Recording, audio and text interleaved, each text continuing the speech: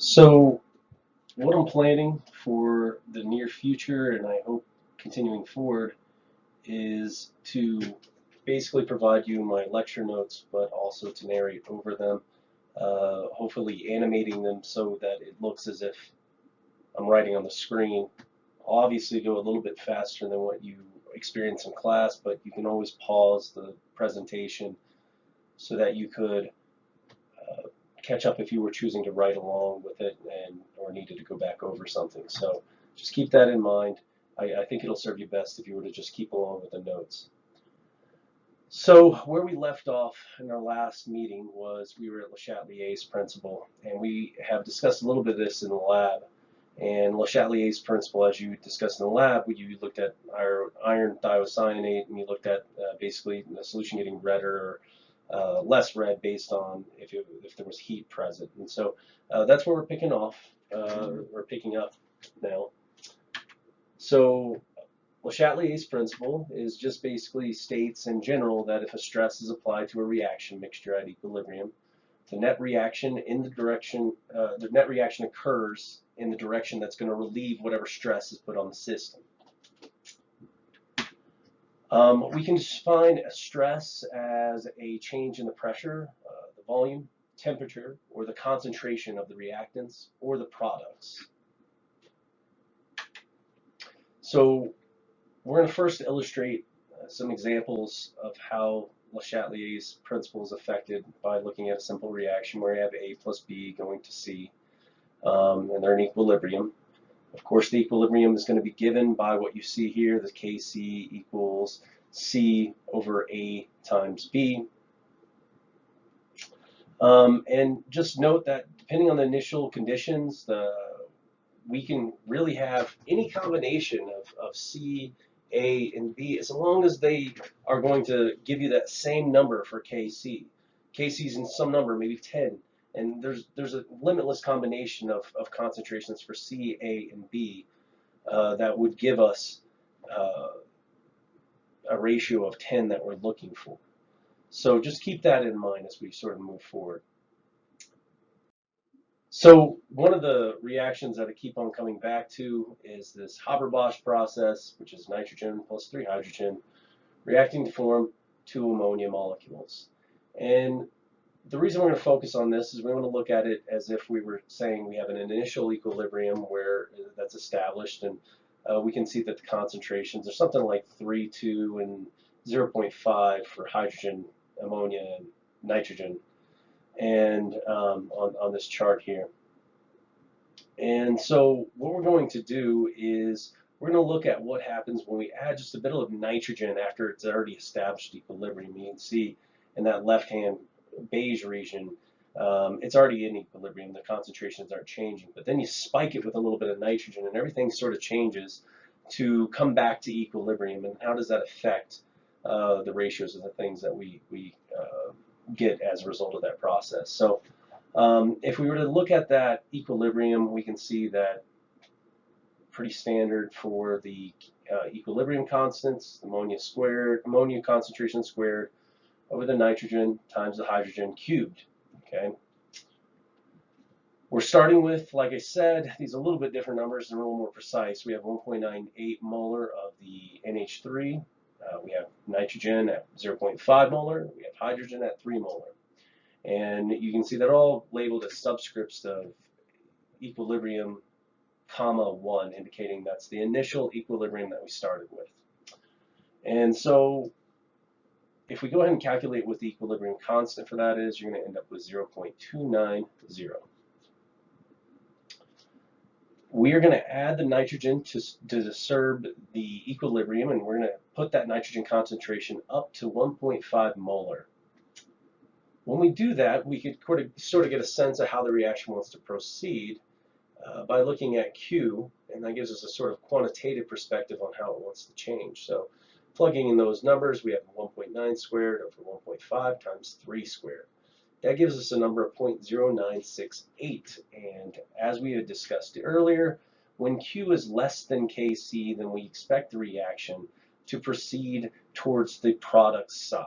And so that's what's going to happen in this reaction. And from our understanding of Le Chatelier's principle, that's what we should have expected. If we add a little bit of reactant, we expect to push the reaction towards the product side. And that's, in this case, what we did. So the reaction shifts to the product side to alleviate the stress of adding reactants. Oh, shoot. I see that I have a mistake there. It says adding products. Scratch that. It should say reactants. I was rewriting my notes, and obviously, this is where it would be nice if people could call me out. Anyhow, what we expect is that we're going to get a new equilibrium established. These aren't numbers that you're expected to just know or anything. These are just numbers that that are given to you, just the experimental results, what would happen to this particular reaction after you've added that amount of nitrogen. We could actually calculate what this would be using our ice diagrams, but I'm not asking you to do that just yet. And so if we look at the new equilibrium established in the data that we get here, we have 2.36 molar for the ammonia, and you can see the subscript is equilibrium under, comma 2, just indicating it's the second equilibrium that we arrive at. Nitrogen's at 1.31 molar, and hydrogen's at 2.43. And since these are more raw numbers, we end up with something that is 0.296 for the equilibrium constants. That's sufficiently similar to 0.290 that we can say that those are pretty much the same. So it arrives at the same equilibrium constant, although the concentrations are different than what we initially started with. And one of the things we can see is that we created more ammonia largely out of this reaction here. The hydrogen concentrations decreased. The nitrogen has increased relative to what it was initially, but in the first equilibrium, but we've pushed it to the product side effectively. All right, so like I said, we can solve this with an ice diagram if we so chose, and I'm asking you to do that here. Can we set up an ice diagram for the previous problem? Because we had nitrogen, hydrogen, ammonia. We had an initial concentration of 1.53 and 1.98 molar for all the different species.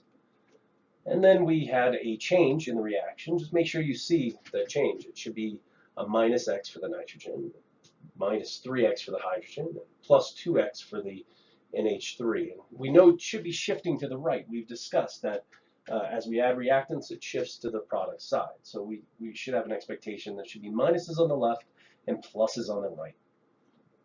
And then at our equilibrium, remember, we're just adding up our columns there. And so we end up with our values 1.5 minus X, 3 minus 3X, and 1.98 plus 2X. And then if we wanted to, we can go ahead to this nasty equilibrium constant, which would give us a X to the fourth term, 4 roots. It'd just be nasty, and I don't have any particular interest in solving this, nor would I give you something this hard on an exam or something of that sort. It's just merely I want you to be able to set it up. So make sure you understand the process here, but don't be too alarmed by the math. I'm not going to ask you to solve that one. So again, make sure you can set up the problem. So we can arrive at a general guide to using Le Chatelier's principle for concentration changes here.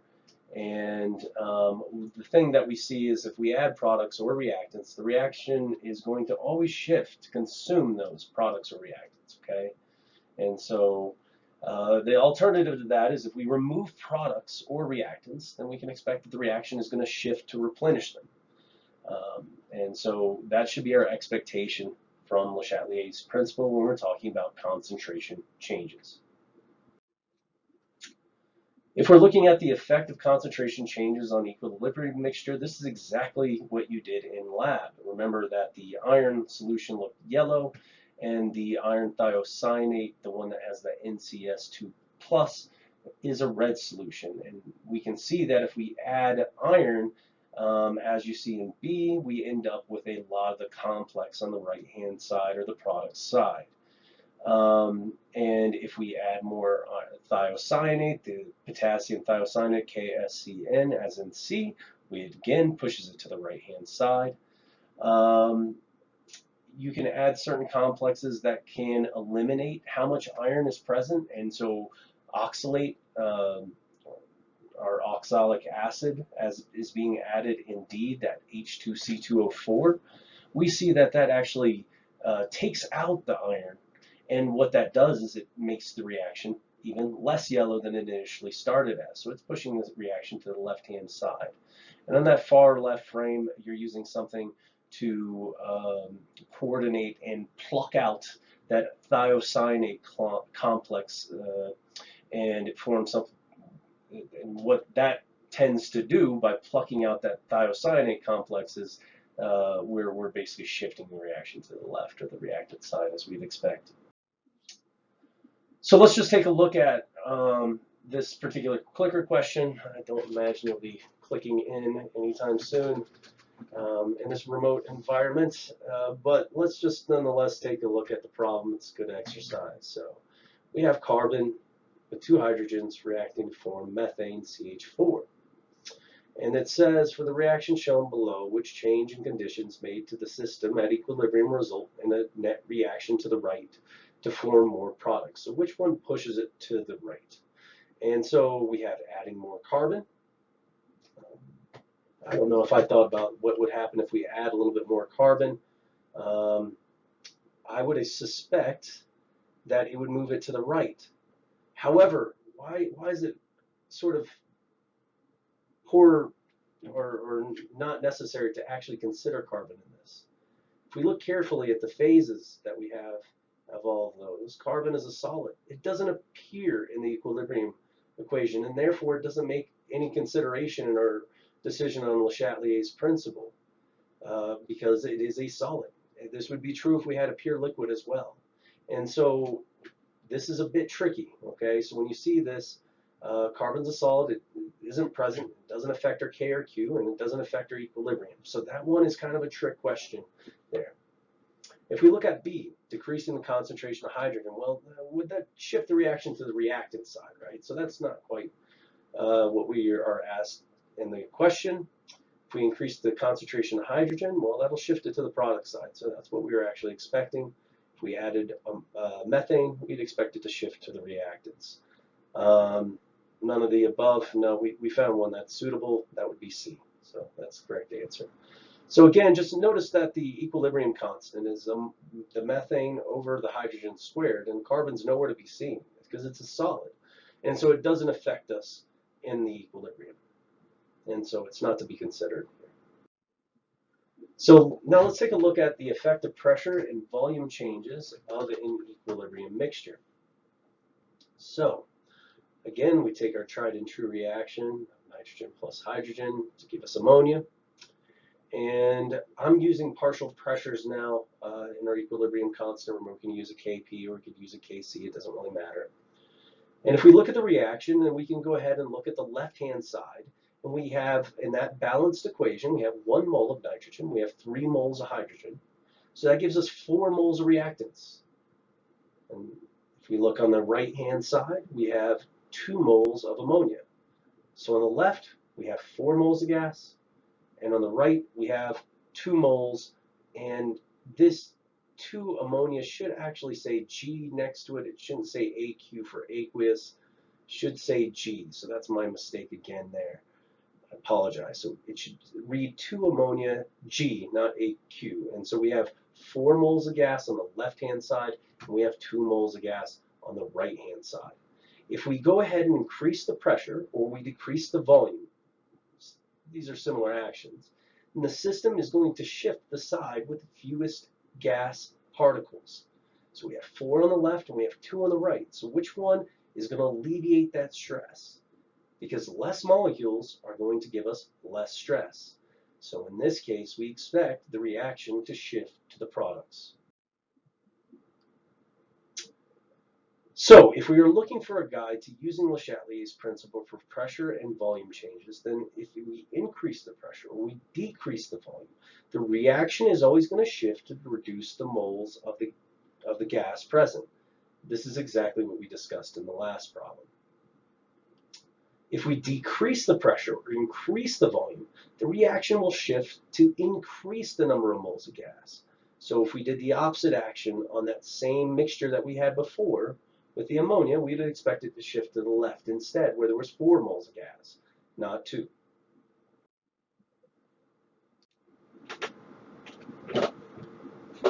So again, we come back to our reaction, looking at the effective pressure and volume changes on the equilibrium mixture. And so we have nitrogen and hydrogen reacting to form ammonia. We have the same equilibrium constant. And so let's give us these numbers of 0.5 for nitrogen, 3 molar for hydrogen, and 1.98 for ammonia. It's the same mixture we started with in an earlier problem. What happens if we go ahead and disturb this equilibrium by reducing the volume by a factor of 2? So if we look at this more quantitatively, we would in effect, if you're decreasing the volume by a factor of 2, and concentration is always the moles per volume, if you go ahead and decrease the volume by a factor of 2, then you should expect that your concentration for each of the species in the mixture is going to double.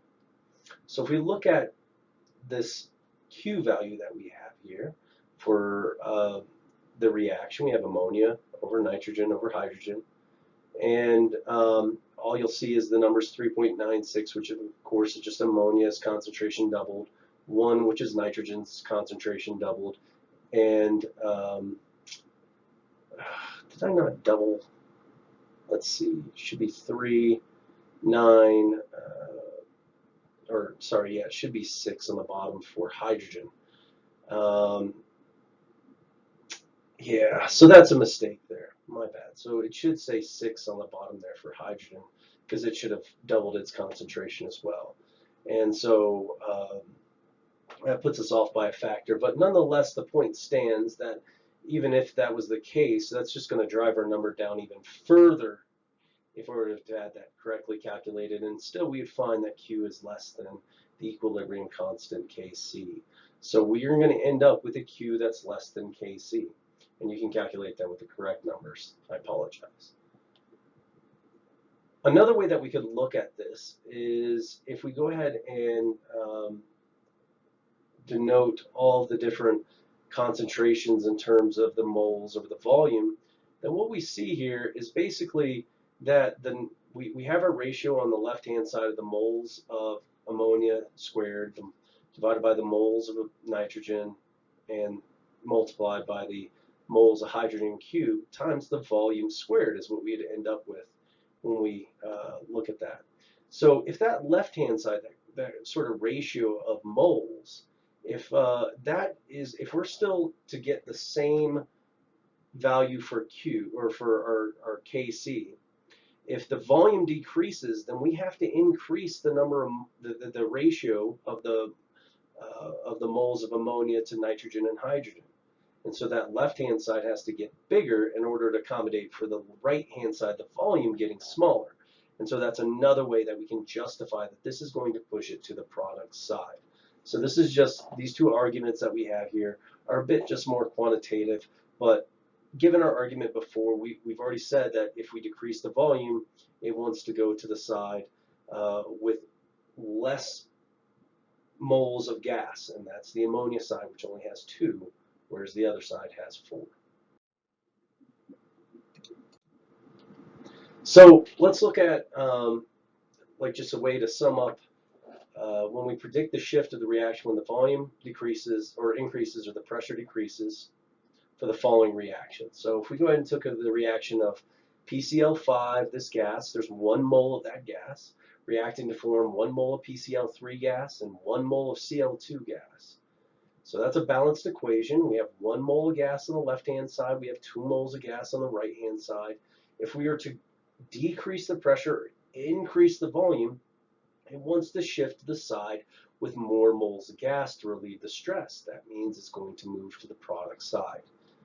If we take this next reaction, we have calcium oxide. Apparently, I can't even read my own writing. So that's CaO, and it's a solid. That's important to note. And then we have CO2 reacting with calcium to form calcium carbonate, which is another solid. So we have 1 mole of gas on the left, and we have no moles of gas on the right. And so this decreased pressure, again, is going to favor the side with more moles of gas, which is the left-hand side. And so what we should expect is a reaction to shift to the left. Again, this is a tricky thing. We have solids and liquids. They're not affected by the equilibrium. If you were to write that equilibrium constant for this particular reaction, it would give you that the Kc is 1 over the concentration of CO2. And so it doesn't affect us if we change how much calcium carbonate or how much calcium oxide. It doesn't affect it based on how much pressure is applied to it. It's the gas, in the gas alone, that matters for changes in the pressure and the volume. So we'll take one more look at another example here. If we have iron, which is a solid, reacting with water, it's in its gaseous state, and it's reacting to form Fe3O4 and hydrogen as well. So there's 4 moles of gas on the left, there's 4 moles of gas on the right. So what do you think happens when we have any pressure change or volume change? Nothing. It doesn't care, because we have the same number of moles on both sides. So changing pressure or volume does not affect this reaction, or does not shift the equilibrium in any particular fashion. And so we shouldn't expect the pressure and volume to affect the equilibrium concentrations. So let's take a look at the effect of temperature changes on the equilibrium mixture. We've done a little bit of this when we were in lab. And so this particular reaction, where we have heat being, it's an endothermic reaction, as seen by the positive enthalpy of the reaction being 57.2 kilojoules per mole, the heat being on the left-hand side acting as a reactant. And we find that the reaction is colorless if we're on the left-hand side, and it's brown if we're on the right-hand side.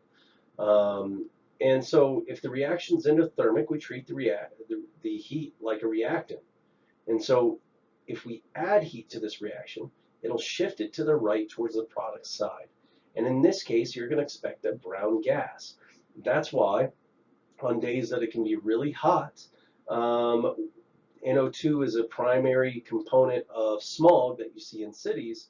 On hot days, that N2O4, which is colorless, is ending up decomposing into NO2, and it's forming a lot of brown gas. So on hot days, you expect to see more brown smog as a result of that.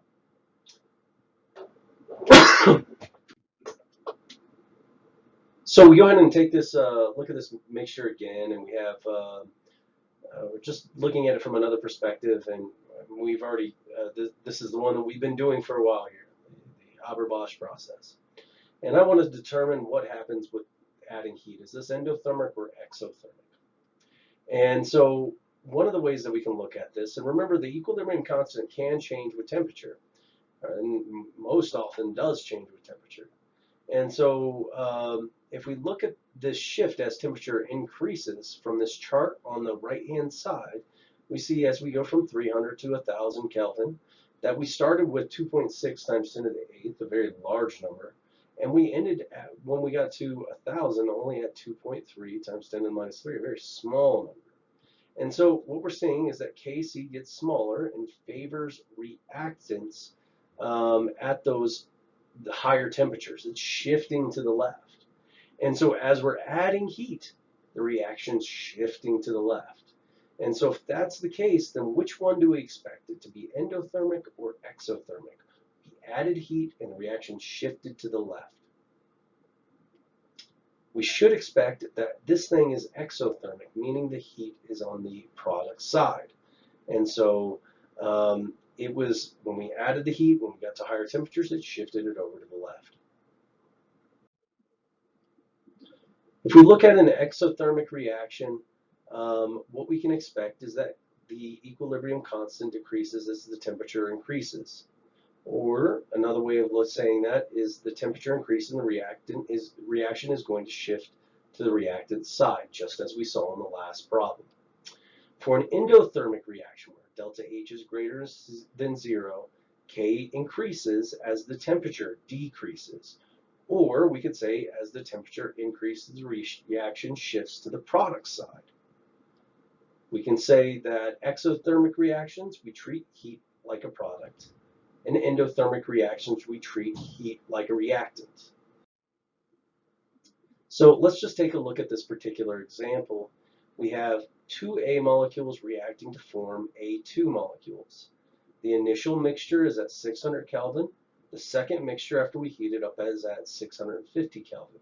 We want to determine, using Le Chatelier's principle, whether this reaction is endothermic or exothermic. If we go ahead and count up and enumerate what we have on the left-hand side, we have 5 A2 molecules and 2 A molecules. If we enumerate what we have on the right-hand side, we have 3 A2 molecules and 6 A molecules.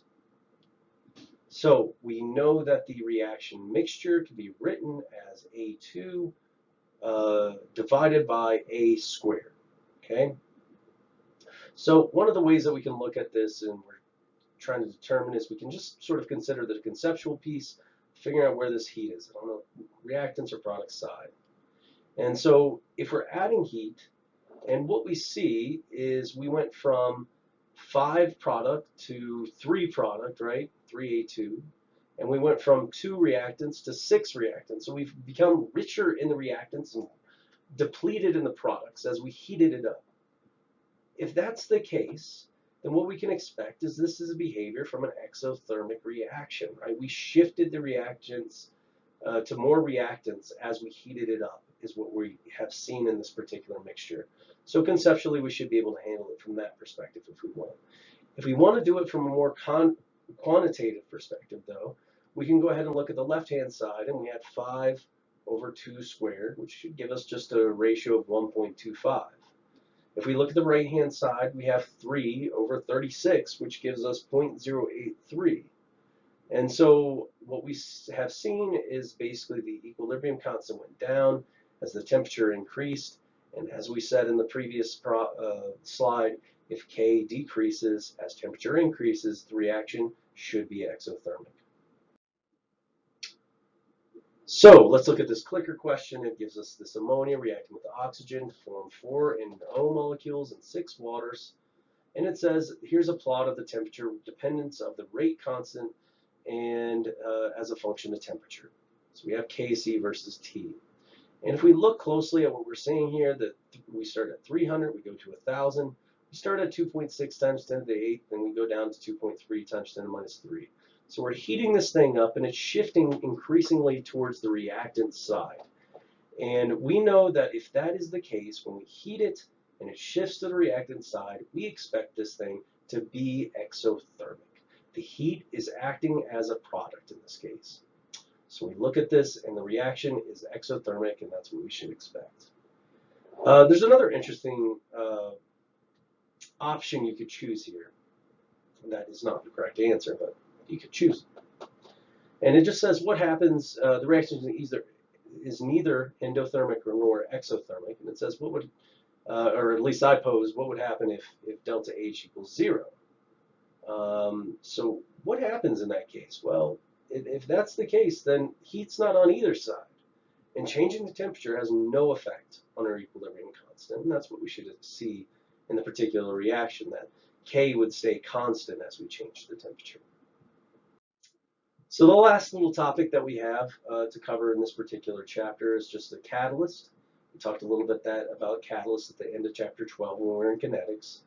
And if you remember, catalysts are basically something that does not is not destroyed or created in a reaction. It's merely we put it in there, it participates in the reaction, and then it's spit out at the very end. So it's present at the beginning, it's tied up in the middle, and then usually it's spit out at the end. And you recover it at the end of the reaction. Catalysts work by simply lowering the activation energy, or the sort of hill, the barrier that you have to get over in order to react. So it's lowering the energy of activation not only for the forward reaction, but we have to realize it's lowering the energy of activation for the reverse reaction as well. And so if you remember, the equilibrium constant is merely a manifestation of the rate constant, something we had in our rate laws. I know there's so many of those things that are easy to get confused with, but and it's just a ratio of the forward rate constant over the reverse rate constant. So we know those change with temperature. We know those change with the energy of activation, according to Arrhenius equation. But since the energy of activation is lowered by the same amount for both directions, the forward and the reverse, we are going to increase those rates by the same amount. And so if you doubled the numerator on Kf and you doubled, the value of Kr, then you're going to have 2 divided by 2, and that's going to basically cancel one another out, and it's going to leave the equilibrium constant unchanged. So what we find is catalysts don't affect the equilibrium constant. They just help us to achieve equilibrium at a much faster rate than we would otherwise. That's all I have for this chapter. I hope to continue on with chapter 14 in the near future. So, or chapter 15, I don't even remember what chapter. Anyhow, I hope this has been useful.